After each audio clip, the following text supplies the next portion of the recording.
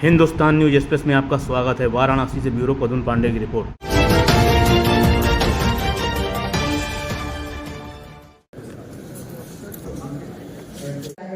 हमारे अध्यक्ष ने कहा समय। हाँ रुकेगी। आप देखिए सर। ठीक। आप हर जगह एक कागज समझिए और उस कागज को ऐसे ही ब्रेन अटैक होता है, पर ब्रेन अटैक के बारे में लोगों को इतना ज्ञान नहीं है और ये जागरूकता हम देना चाहते हैं कि ब्रेन अटैक क्या है। अब हार्ट अटैक यदि देखा जाए तो खून के नाड़ी जो होती है, जो हार्ट को सप्लाई करती है, वो बंद हो जाती है। तो उस एरिया, हार्ट के उस एरिया को खून नहीं जाता। हम लोगों को भी लगे कि हमारे न्यूज़ काम करेंगे।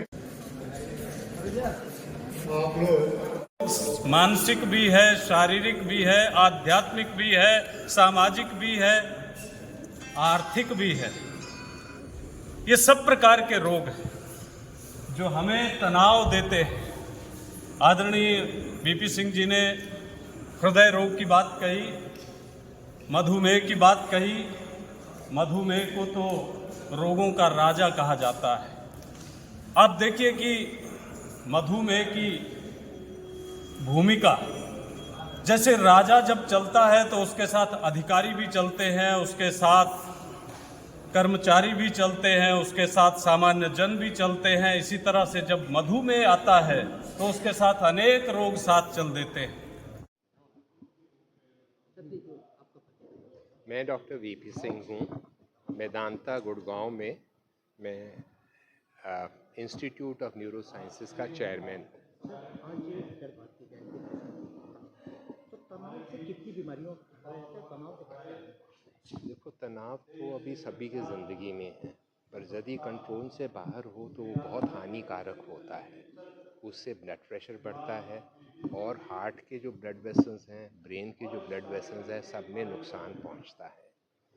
तो हार्ट का ब्लड वेसल बंद हो तो हार्ट अटैक हो जाता है, ब्रेन का ब्लड वेसल हो तो ब्रेन अटैक या स्ट्रोक हो जाता है।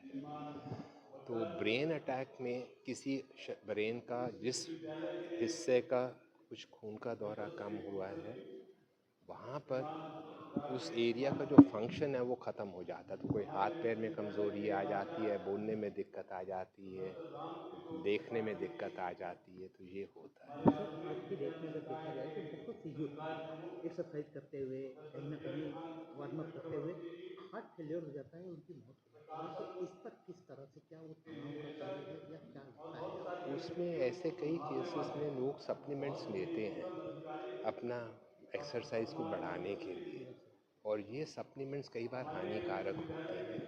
तो बिना उसके करना ज़्यादा बेहतर है। नॉर्मल एक्सरसाइज करें तो ऐसा आपने कम ही सुना होगा कि यंग बंदा किसी को डेथ हो गई हो। तो ये जो हेमरेज होती है, दवाइयाँ कोई एक्स्ट्रा सप्लीमेंट्स लेते हैं जो पूरे कंट्रोल नहीं होते, उसका कई बार कारण होता है। पर तनाव के कारण ये है कि ये बीमारियाँ जो हैं हार्ट की या ब्रेन की, वो यंगर एज में हो रही हैं। तो लाइफस्टाइल चेंजेस जो हैं वो हमें ध्यान रखना है, अपनी रेगुलर एक्सरसाइज करनी है, खाने का ध्यान रखना है, स्मोकिंग नहीं करनी, ब्लड प्रेशर डायबिटीज़ हो तो उसे अच्छे से कंट्रोल करना। सर, एक लास्ट क्वेश्चन, इस तरह की जो एक्टिविटीज़ है इसकी कितनी ज़रूरत होती है समाज में? कैसे लोग करने चाहिए? क्या लोगों को इस तरह के ऑर्गेनाइज करने चाहिए लगातार कार्यक्रमों के माध्यम से? इसमें जागरूकता बहुत ज़रूरी है। जब तक हमें पता नहीं कि हमें क्या करना है तो आम आदमी को कैसे होगा। तो हमें बीमारी होने से पहले ही हमको अपने आप को कंट्रोल करना है, और जागरूकता होगी कि क्या करना है तो वो उसी से ही समाज का फ़ायदा होगा। इसीलिए हम ऐसे प्रोग्राम में हिस्सा लेते हैं। डॉक्टरों से तो हम बात करते रहते हैं, पर जनता को पता होना बहुत ज़रूरी है।